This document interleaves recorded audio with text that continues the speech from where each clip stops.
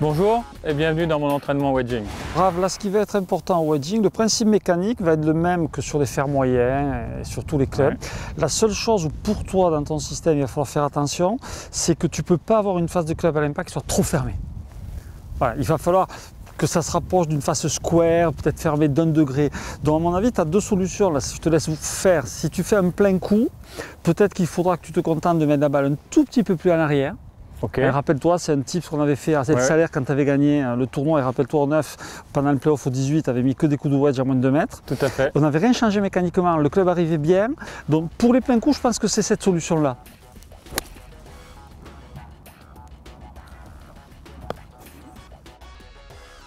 Après, pour les coups, peut-être à 70 mètres ou en dessous, comme tu as besoin d'une balle peut-être un peu plus haute, de la reculer, ça semble peut-être difficile.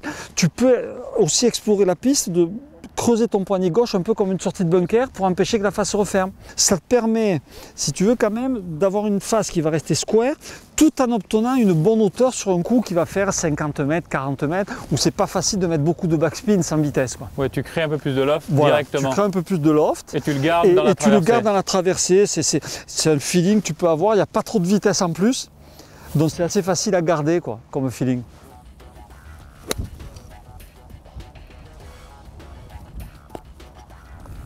Plus haute, tout de suite plus haute. De suite.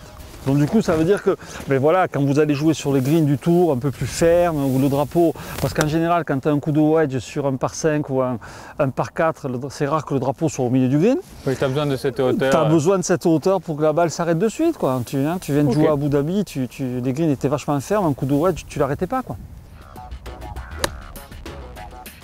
Si je prends le pitching wedge, le 52 et le 58, qui sont entre guillemets les 3 wedges, je change les positions sur le grip et l'amplitude du swing pour avoir plusieurs distances sur lesquelles je travaille régulièrement. Donc le plein coup de wedge, ça va être 120 mètres. En full swing, dès que je baisse les mains sur le grip, ça va donner 110 mètres, 115 mètres, pardon.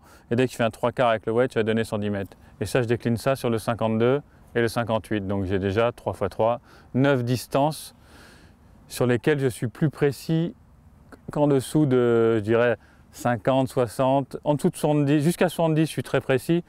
En dessous de ça, c'est plus une question de feeling et de sensation. Et suivant les positions de drapeau, c'est vrai que je préfère avoir un plein coup de wedge, ou en tout cas une distance que je connais, que je maîtrise plus, dès que je dois faire un lay-up sur un par 5. Quoi. Voilà, l'idée sur un par 5 pour moi, c'est de me mettre dans ces 9 distances.